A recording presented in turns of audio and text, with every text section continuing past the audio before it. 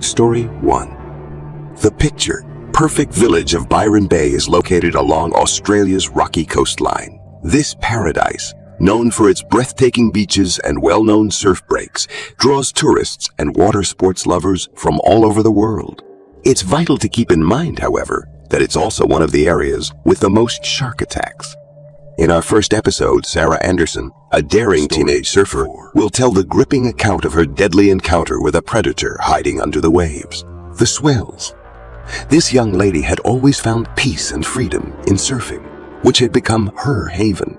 But little did she realize that a set of extremely hungry teeth would permanently disturb her tranquility. Sarah Anderson, a skilled and dedicated surfer, paddled out into the crystal-clear waves off Belongil Beach on a sunny July morning in 1981. She had a day off from work and decided to spend it with a friend at the beach instead of staying home and watching television. She and Amanda arrived at Belongil Beach around noon and left their surfboards and other personal belongings there while they had lunch. They put some more wax to their surfboards and hauled them into the water easily after about 20 minutes. She expertly rode each wave as she savored the peace of the ocean on a sizzling hot day. She pushed farther into the distance trying to catch larger waves, and the water felt cool. She was unaware that a hidden innate force was waiting patiently behind the vivid azure surface, ready to strike. These waters were guarded by the powerful predator, one of the sea's apex predators, an enormous white shark. It was waiting for a chance to let out its unbridled rage with its strong presence hidden by the depths.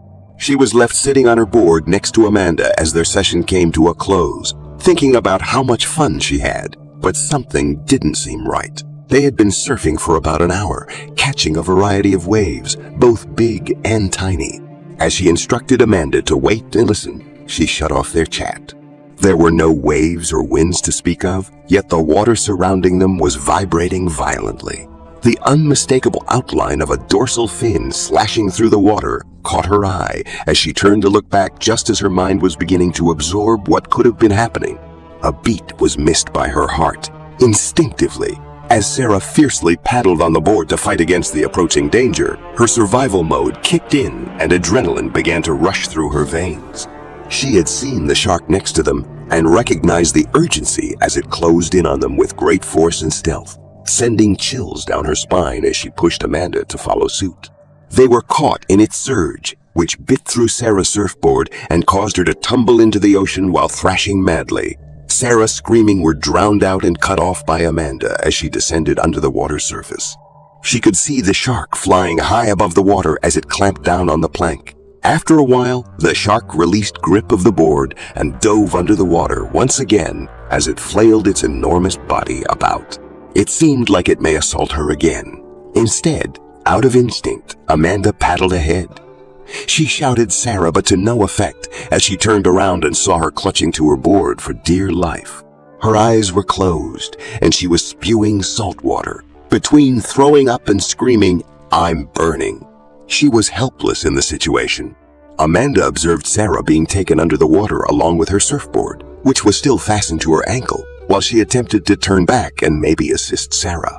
When Amanda saw that the shark had come back, she screamed and fell on her surfboard in disbelief.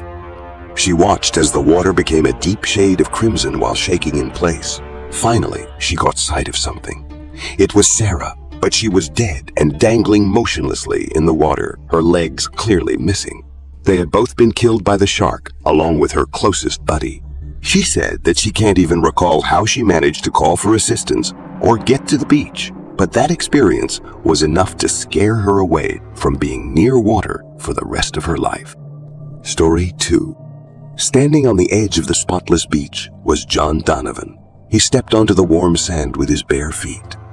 The sun was high in the sky, giving the glistening blue seas a golden tint. John was a restless traveler who was always looking for adventure. He had been drawn to this far-flung tropical location by the promise of unspoiled beauty and renowned surf.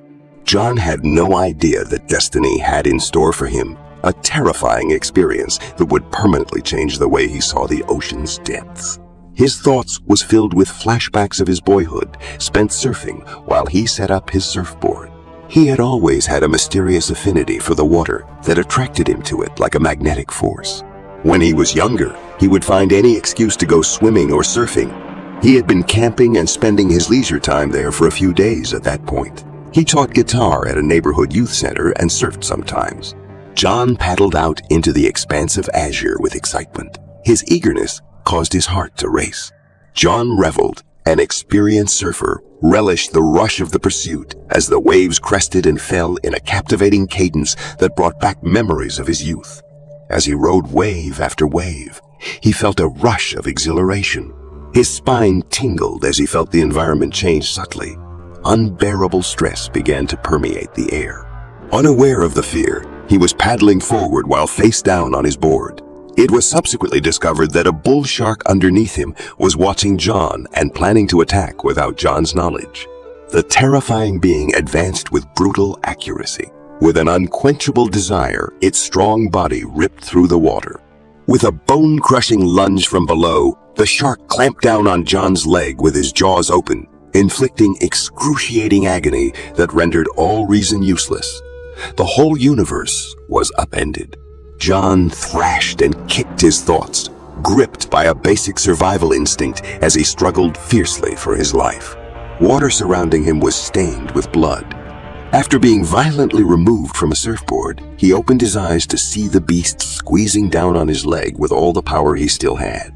John Claude aimed at the shark's eyes in an effort to blind the predator and buy himself some crucial time. A constant war of wills was going on under the waves.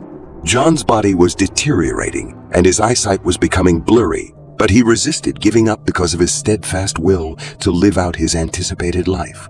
He tried to stop it by gouging the shark's eyes, but it just made it furious. Thinking desperately, he extended his arms as far in front of him as he could, grasping the shark by the gills and tugging as hard as he could.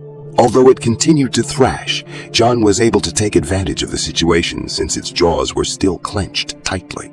John collected his every remaining power and surged in a last act of defiance. He managed to escape the shark's grasp, leaving a path of bloody flesh and suffering. He launched himself upward in the wake of the shark, panting for breath and hoping that the shark wouldn't recover too soon. John pierced the surface. His body was damaged and beaten. The unrelenting intensity of the shark's attack had twisted and ripped away his leg, and blood was trailing after him. A bleak witness to his terrifying incident. In order to reach the beach, he grabbed his surfboard and lifted himself up while paddling furiously. He saw the shark's dorsal fin in the distance and soon found himself in the shallows where he could get up and limp to dry land. He was in excruciating agony as he lay on the beach along the sea. John was aware that he had just barely evaded death's grasp. The water had changed from being something he trusted and felt secure into something he feared. Fortunately, several spectators fled to the beach when they saw the shark bite him. As a result, his leg was bleeding. In the days and weeks that followed, John started a difficult path of physical and mental rehabilitation. He was resolved not to let a shark ruin his life. Therefore, he made every step difficult but vital. He eventually made a complete recovery and kept his leg's motor capabilities. Story 3. Emily Mullen and Maya Ellis. An isolated island in the middle of the South Pacific became their temporary home for two best friends who had an insatiable appetite for adventure. After traveling from Germany, they were on their 5th vacation day and eager to take in the sights and make some new memories while being surrounded by magnificent beaches and crystal-clear oceans. It was the ideal environment for lazing about in the oppressive heat. They had no idea that their most recent excursion would take a startling and unexpected turn. With their surfboards in hand, Maya and Emily made their way to a remote cove that is a popular tourist destination. They had never surfed before, and they had no plans to do so. Instead, they intended to float in the sea while lying on their boards. They never felt comfortable participating in surfing. The sun was dancing on the sea as they paddled off, casting a bewitching tapestry of hues. They remarked on how nice the ocean was, praising its superb temperature and crystal-clear water. Maya and Emily sometimes plunged into the surf. They would talk and swim whenever they needed to dry off from the sun. They believed there was no way anything could go wrong. That is, until one of them caught sight of a black object under the sea, scurrying around with alarming haste. The first person to speak was Emily, who urged Maya to return to her surfboard. When they understood how serious the situation was, a shudder went down their spines. Their urgent fight or flight reflex is fueled by the panic coursing through their veins. With each step, the predator's overwhelming presence became closer and more tangible. Second, Maya was able to remount her board. Maya and Emily turned toward the coast as their excitement soared. They kicked and thrashed as their pulses raced in time with the pounding waves, driven by an innate will to survive. The shark followed closely, following the dorsal fin that had broken the water's surface. Given how quickly individuals believe themselves to be moving, the shark has to be quicker. It took action. It jumped at Maya. Ms. Jaws is dangerously near to her leg when she snaps. Maya was on the verge of falling into the ocean when it almost missed her leg and hooked onto the surfboard, tipping it at a perilous angle. Maya responded instinctively by lifting her leg into the air and striking the shark on the snout, causing it to drop the board and slither back into the sea. The predator jerked back, briefly confused. Maya saw the chance, turned on her side, and paddled as hard as she could as her pulse raced in terror and hope that Emily would do the same. Her unyielding will drove her beyond her breaking point and into the shark while she was unconscious. Didn't give up in its pursuit. It pursued them, but was unable to overtake them since they had already entered the shallow water and were safe. They had barely avoided the jaws of death and were left breathless and with achy muscles resting on the sand. Astonished and unable to speak clearly, the shark was seen to dive into the depths. Due of the shark's coarse skin, Maya's foot received severe scratches, although they were minor in comparison to the potential damage. The next day, they headed for home without sharing what had transpired. Story 4. Hawaii is one of the greatest and most attractive tourist destinations in the world because of its lush surroundings and alluring waves. One of the locals who found herself face to face was Emma Marsh, a young lady who considers herself fortunate to reside there. Face of doom with sharp teeth. She lived on the promenade next to the ocean in Hawaii, where she worked as a dental technician and regularly went kayaking as a pastime. Emma had a natural affinity for the ocean. Being raised along the shore, she grew to enjoy the ocean a lot. Wonders Max Axe, her devoted dog partner, also enjoyed going on outdoor excursions. They created priceless experiences by exploring endless beaches and secret coves together. Golden Retriever Max was devoted to his owner with unwavering loyalty.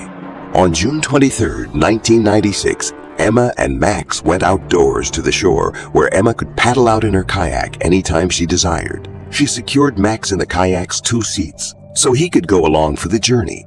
They were able to go a fair distance in peace because of the beautiful weather and gentle waves.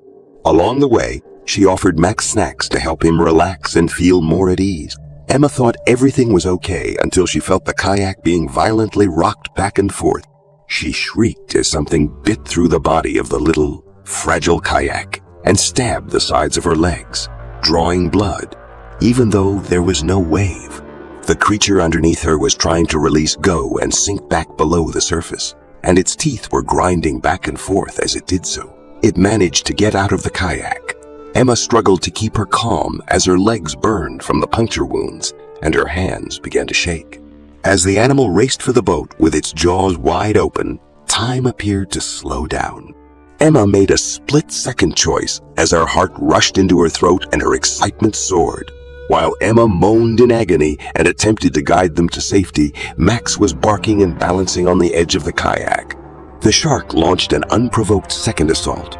Max was being jolted out of the straps and into the water as it cut into the side of the kayak. He was already in the water, desperately dog paddling for Emma as she cried for him. Just as he was about to push himself out of the water, she put out her arms and grabbed him by the paws. The shark rose above the water. Max was once again bitten by the end of his rear leg, but this time the bite was not clean. She paddled back to shore after pulling him in just in time. While Max was yelping in agony and trembling in his seat, she paddled as hard as she could, since the little kayak had holes that were seeping water inside. They arrived at the shore just in time, as the water in the kayak was starting to weigh it down and cause it to sink. In a panic, She snatched Max out of the kayak and hurried him to her backyard so she could examine his leg. She somehow managed to cross the 30 yards to the shore without stopping. Although it was severely sliced, there was no serious injury. Therefore, he would be okay. That was subsequently confirmed by a visit to the veterinarian, and Emma's injuries were similarly very minor despite being near to cutting tendons and arteries. Fortunately, none of those occurred.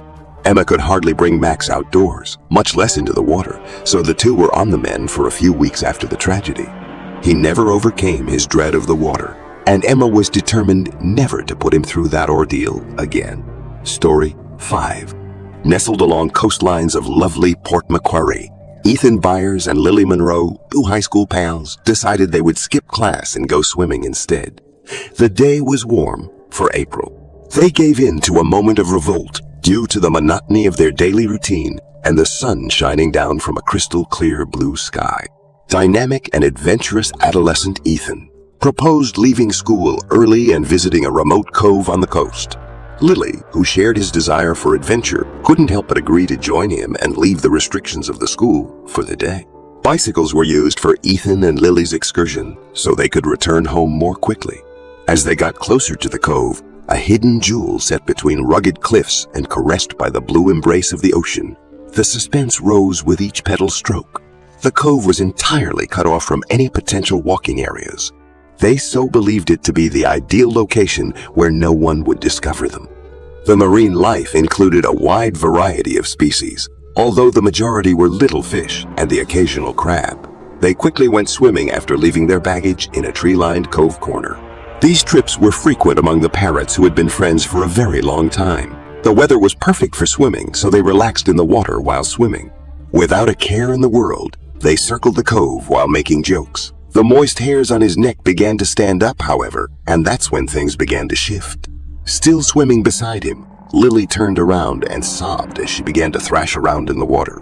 When Ethan turned around to investigate, it was already too late. Behind them, a large bull shark was swimming right for Ethan without slowing down. The shark had already caught up to him and was choking his right hamstring, making it impossible for him to move his leg as he attempted to swim back to the beach. Lily, who was confused of what to do since she could hear his tendon cracking beneath the water, started screaming. Once again, sharks are infamous for not instantly killing their victim, but rather biting and bashing into it underwater until it dies. Ethan had experienced precisely this when he was below the surface. Lily saw the sputtering water reduce to ripples and become a deep scarlet as she sat there transfixed in astonishment and terror. Later, when she recognized where she was, she started to hyperventilate, but she made every effort to leave the area and seek assistance. Both the cove and the other beaches were empty. She was forced to trek back to town in spite of the possibility that Ethan's corpse may be carried away if she didn't move quickly. Even though it had been years after the tragedy, Lily never fully healed. Years of treatment were required to help her overcome her incessant self-blame for what occurred, but she was never able to shake her nightmares or her sorrow for that particular day.